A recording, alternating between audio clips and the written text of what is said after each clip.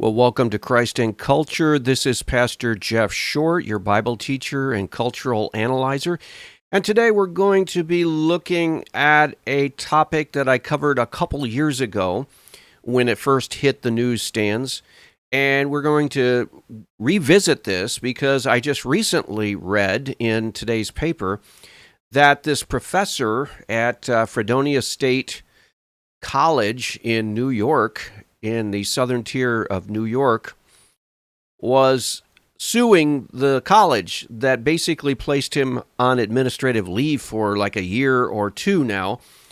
And he's trying to get his old job back, and he lost his job because he, as a professor of philosophy, he was arguing essentially for the legalization of pedophilia. And this is like one of the bottom line taboos in our culture that hasn't been destroyed yet. And yet now this professor is trying to even go after the taboo against adult child sex. He actually made arguments that I'll show you here in this video clip to the effect that he's questioning whether adult child sex is always wrong, and maybe there are cases where it's okay and we shouldn't have laws against it. And it's just basically trying to undermine and question and cast doubt on one of the few remaining sexual taboos in our society. And as Christians, we have to resist this of all things. If we cannot hold to the line, if we cannot hold on to our Judeo-Christian heritage, ethical standards on this point, then there is no standard we can hold to in this culture. And we might as well just let the whole culture crash and burn, because it is up to us as the keepers of the truth, keepers of morality, keepers of cultural sanity, to hold to the line on morality and to fight against any kind of attacks. Now, we've seen all these kinds of attacks before. We saw this with, for example, starting in 1948, the publication by Alfred Kinsey of Sexuality in the Human Male. And based on some really bad information, he basically took as his samples a majority of prisoners. So prison populations were asked about their sexual practices, and then that was mixed in with your normal, everyday, average person's polling data. And he basically came up with this publication that skewed or distorted the actual behaviors of couples in respect to sex. So he basically was saying in his book that there is a lot of weird and strange and aberrant and twisted and really disgusting behavior going on behind closed doors, and we don't know about it, and it's pretty normal. And that's what his book was all about. He was trying to convince America, Main Street America, average Americans, that there was no real sexual ethic taking place, and that men were committing adultery all the time, and even women were committing adultery, and people were having sex a lot more than they thought. And it was just a total propaganda, mind control effort to try to basically do away with sexual taboos. Okay, that was the 1948 publication. Then in 1953, Kinsey came out with the sexual behavior of adult females. And again, the same effect. He went through all kinds of efforts to try to show that there was not a common Judeo-Christian heritage view of sexuality, and that even if people profess to hold to the Judeo-Christian moral ethic, they weren't really living it. They were hypocritical. They were living lies, and they were keeping up this facade. And underneath it all was a lot of sexual experimentation and immorality and perversion and twisted and sick sexual practices. And he was trying to communicate that, well, that is the norm. That actually was the norm. And so The effects of this, wrapped in the cloak of science, he supposedly conducted these experiments and polling data and information gathering under the cloak of science. He convinced a lot of people, especially the mainstream media and the academic world and the government and a lot of the major institutions and foundations of this country. He convinced them that the old Judeo-Christian moral standards were now being done away with, and people weren't following them anyway. And so we might as well just admit that and just stop playing games and trying to put on appearances and embrace the new sexual revolution that is occurring. That was Kinsey. And then, of course, during that same period, in 1953, Hugh Hefner launched his pornographic magazine Playboy. And Hugh Hefner saw himself basically as Kinsey's pamphleteer. Kinsey wrote the theoretical and the scientific literature, and then Hugh Hefner saw himself as more or less an evangelist for this free love, sexual liberation, break all the old taboos, do away with all the old Judeo-Christian moral standards and ethics, and just get everyone having sex, guilt-free sex, consequent-free sex, just let people live the way they want to live, have no moral standards, and on and on and on. That was Hugh Hefner. That was Playboy. And then after him came, what was it, Penthouse, and then Hustler, getting more and more and more sexually explicit and more depraved and more twisted and sick. And this all fed into the sexual revolution of the 60s.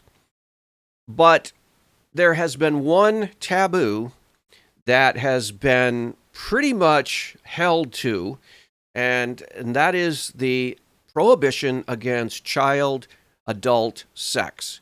You know, that is the one line, you might say the Rubicon, that even our secular, sexually liberated culture has never been able to cross. And thank God, because we've gone a long way, we've fell a long way. The sexual revolution really destroyed a lot of people's lives. It ruined a lot of women's lives. It ushered into the abortion era where people were having this free sex, consequent free sex, the sexual liberation. But the result was children are being conceived and pregnancies are occurring. And so then abortion came along and said, oh, we can solve that problem. We'll just kill that child in secret murder, secret killing. Nobody has to know, and that solves that problem. Well, that is even a worse solution. That is even a terrible consequence of the sexual revolution that occurred in the 60s and then the 70s. And so it gets worse and worse. Now we're facing this LGBTQ onslaught, which is even worse because now all kinds of sexual deviant, perverse practices are being mainstreamed now, brought into the public schools, celebrated during the so-called Gay Pride Month. And the rainbow flag is being flown all over the place, and corporations are embracing it, and institutions and colleges and academic publications, and all over the place. Even churches, even apostate, heretical churches are embracing this. So it's been a problem that started, if you want to put a date to it, it started with Alfred Kinsey, 1948, even though it had been building up before then. And now we are seeing the fruit of all of this coming into play. I might add that even Kinsey did not get all of his philosophy just from his own reflections. He was a devotee of a man named Aleister Crowley in England. And this man in Europe was dubbed the most evil man on the planet Earth. And this man was so debauched and depraved and sexually twisted and perverse that he was basically advocating everything in the 60s sexual revolution and more. He was actually into pedophilia. He was actually into advocating for adult-child sexual relationships. And Kinsey himself and his institute at the University of Indiana to do his research for his books, he actually was in contact with pedophiles and asked them to actually record their information and data every time they had this adult-child sexual experience. And so he was partnering with these grotesque pedophiles who would send them the information that they got and recorded all kinds of sick data. And he was in contact with this Nazi pedophile in Germany during World War II. He was in contact with various sick and twisted parents who would allow their child to go through these experimentations, sexual experimentations for the sake of, quote, science. He was in contact with this one individual that is known to have provided maybe most of his data on the sexuality of children. And he just hundreds of times, thousands of times even, had some kind of child sex and recorded it for Kinsey. So Kinsey was partnering with this and actually promoting it and encouraging it, all for the sake of, quote, science. So a lot of this can be laid at the doorstep of Kinsey. But here we have this professor in Fredonia, and he was basically put on leave indefinitely because he actually advocated for child-adult sex, which is incredible. And this person is influencing the young adults in society. And so, rightly, the professor of the university said no. He's banned from campus, banned from teaching. He cannot influence students. And now this professor wants to get his old job back, so he's suing the university for his job back. And let me just give you a little short video here of a summary of what he's doing, and I'll comment on it, because this is really, as Christians, we need to have this all thought through. If somebody asks us about this, we need to have answers. And let's get into this short video.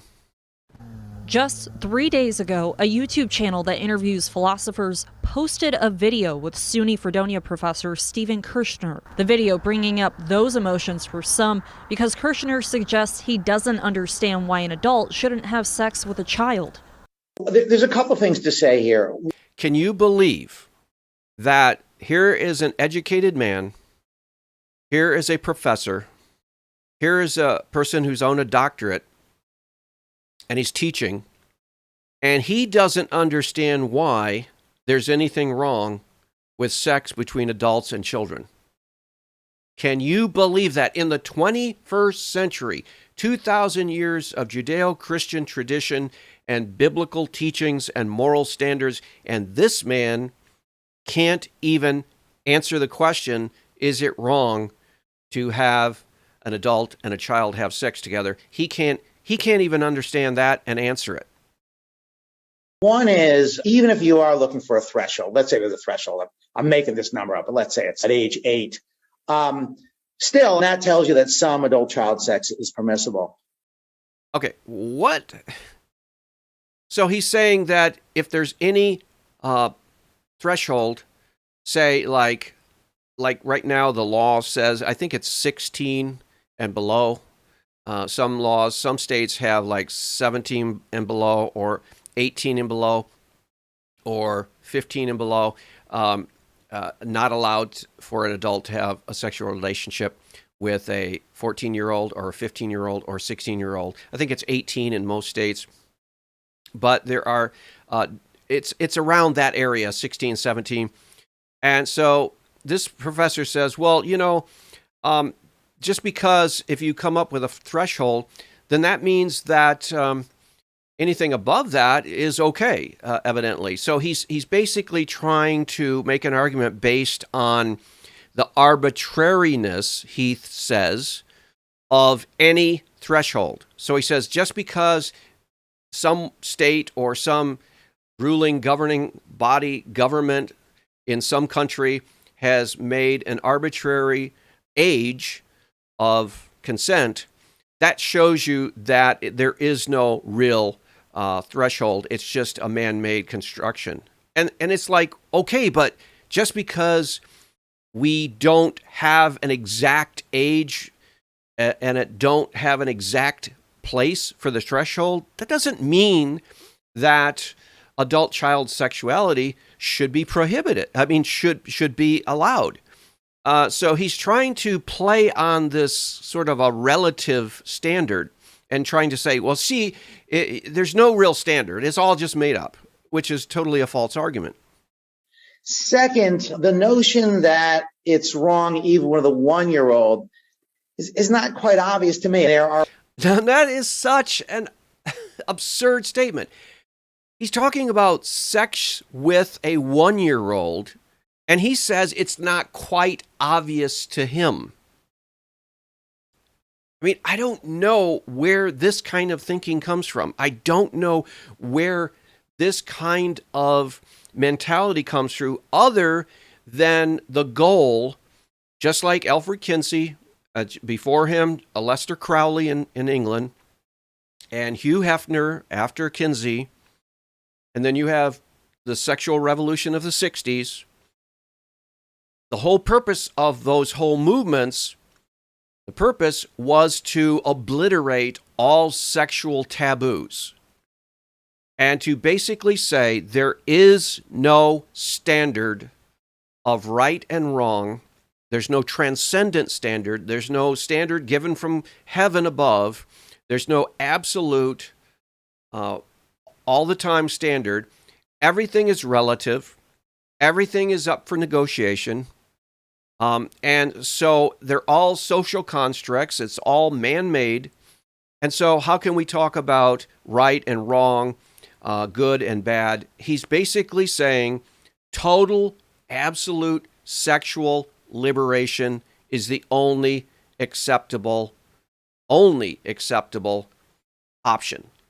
This is exactly what we've been hearing from the academics and the institutions since, say, Kinsey and his books and Hugh Hefner and the 60s revolution, only it's taken, this is the tip of the spear, you might want to say, for this sexual liberation philosophy. And so we're hearing it from this professor, and it's shocking, it's disgusting, and even the people who have bought into the sexual revolution, they can't hear this and listen to it either without cringing because it is so disgusting. Reports in some cultures of grandmothers filleting the baby boys to calm them down when a colicky. Now, I don't know if this is true, but this is sort of widely reported as occurring in at least one culture. And it working, that the grandmothers believe this actually works. If this were to be true, and again, I don't know it to be true, if it were to be true, it's hard to see what would be wrong with it. Oh, my goodness. So he's taking some anthropological study of some tribe somewhere in the world, and he's saying, well, it's been reported that there has been some sexual contact activity between a grandmother and a 1-year-old son. And so if that's true, he says, I can't figure out why that would be wrong and why this kind of sexual activity shouldn't happen. Again, totally ignoring the entire Judeo-Christian heritage. So the goal seems to be, and it has been for decades and decades since Kinsey in the United States and Aleister Crowley there in Europe, the goal seems to be total obliteration of all moral and ethical standards. And that seems to be where we're headed in society today.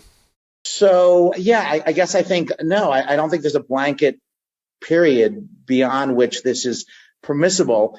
If we're interested in willing participation, which is the way I structured it, then yeah, there's a point below which people aren't willing participants in anything because they don't have intentions or they don't have the sort of mental states that allow for willing participation. But no, I don't think it's blanket wrong at any age. He doesn't think it's blanket wrong at any age. So no age would be absolutely wrong. Now, from a Christian perspective, from a Judeo-Christian biblical perspective, it's obvious what the problem is here. And the problem is he is questioning or casting doubt on the whole idea that adult sex with children is wrong. He's casting doubt on that. He's undermining that whole idea. He's leaving open the question of sex between children and adults, and that's the problem. He's leaving it open-ended. Now, the fact is, from a Christian perspective, from a Judeo-Christian perspective, there is no possible scenario that adult-child sex is ever justified under any circumstances. Period. None. It's an open and shut case. Never, ever, under any circumstances, is adult-child sex legitimate. Never. It's not debatable. It's not open for question. And it's been settled, and it can never, ever be, the debate can never be open again, because then you're undermining what the Bible says about right and wrong, morality, and everything. And that's their goal. They actually want the Judeo-Christian, they call it the old-fashioned way of thinking, swept away. They don't want anything from the Bible used in society to govern behavior at all. They don't believe that God has transcendent moral values that are absolutely right and wrong. They don't believe in a judgment day. They don't believe in eternal punishment of hell. They don't believe in any of that. They just take it for granted, the Darwinian view that men and women of any age are just animal offspring. And we're more highly developed animals than the lower animals, but we're still animals. And in the animal world, there's nothing wrong with animals doing anything they want in the wild. And there shouldn't be anything wrong with adult humans or children doing anything they want to do, because after all, it's all animal behavior. That's what it comes down to. Now, the Bible, you might know already, but if you didn't, I'll tell you. The Bible nowhere even talks about pedophilia or adults with sex with children. And what that means is there aren't all kinds of sexual acts that are described in the Bible. There are some sexual acts that are described in the Bible, and we only have a few of them, but we don't have to have every single twisted, perverted, deviant sexual act described in the Bible as wrong. For example, the Bible does describe a lot of wrong things, but it doesn't get everything in the list. For example, it talks about homosexuality. That's a sin, terrible, awful sin. It talks about bestiality, adults having sex with animals. That's a sick and twisted sexual behavior, and that's listed. It talks about adultery is prohibited. It talks about fornication is wrong. But it doesn't go into the whole list of every single sick and twisted, perverted sexual activity that could be listed. And thank God, who wants to read through a whole list of sexually perverted behaviors? It gives us enough to know that what is right and everything outside of what is right is wrong. In other words, it says sex is limited. The Bible talks about sex is limited between married couples. A married couple, a man and a woman, in a marriage relationship. So once it gives you the only legitimate expression of sex, which is the marriage covenant, then you can figure out what else is wrong based on that. And certainly, you cannot be married to a 1-year-old. You cannot be married to a 3-year-old. You cannot be married to a 5-year-old. You cannot be married to an 8-year-old.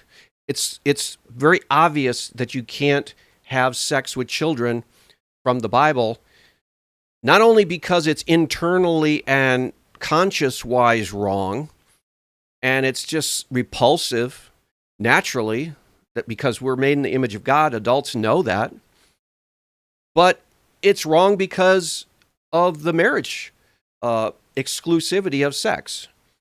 So it's wrong for singles to have sex outside of marriage. It's wrong for married couples to have sex outside of marriage. It's wrong. Homosexual relationships are wrong because contrary to our own foolish culture today, two homosexuals cannot marry. That's an impossibility under the covenant that God established.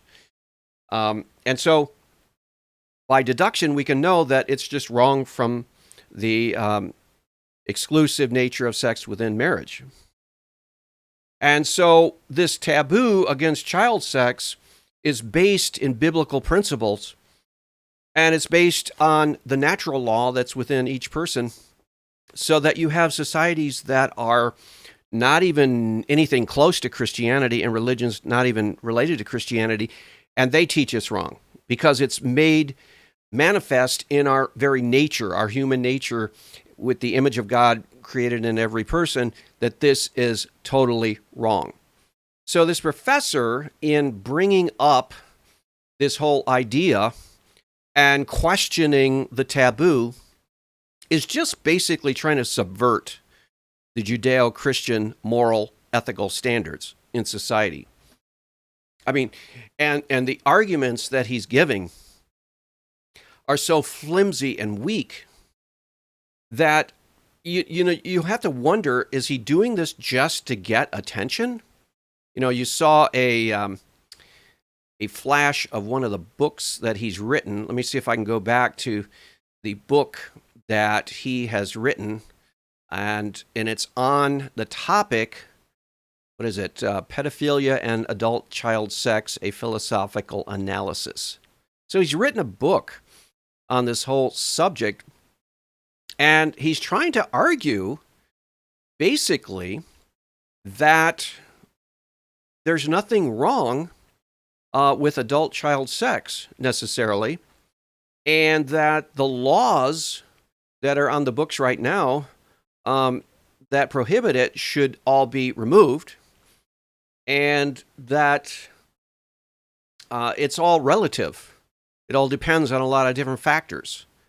And so basically, this is a total undermining of the sanction and the moral standard for basically decency in society.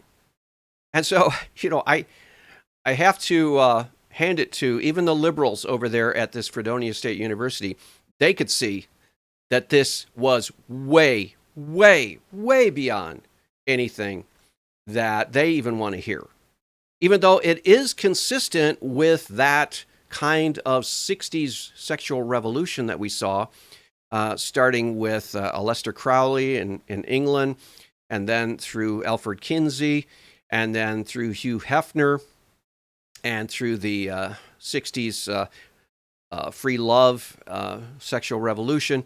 It all is in keeping with that, but they don't want to go that far, and we should fight against this normalizing of pedophilia with this radical professor. So we as Christians need to speak out and say no, never, never. I hope that's been a helpful analysis. We'll see you back next week. God bless.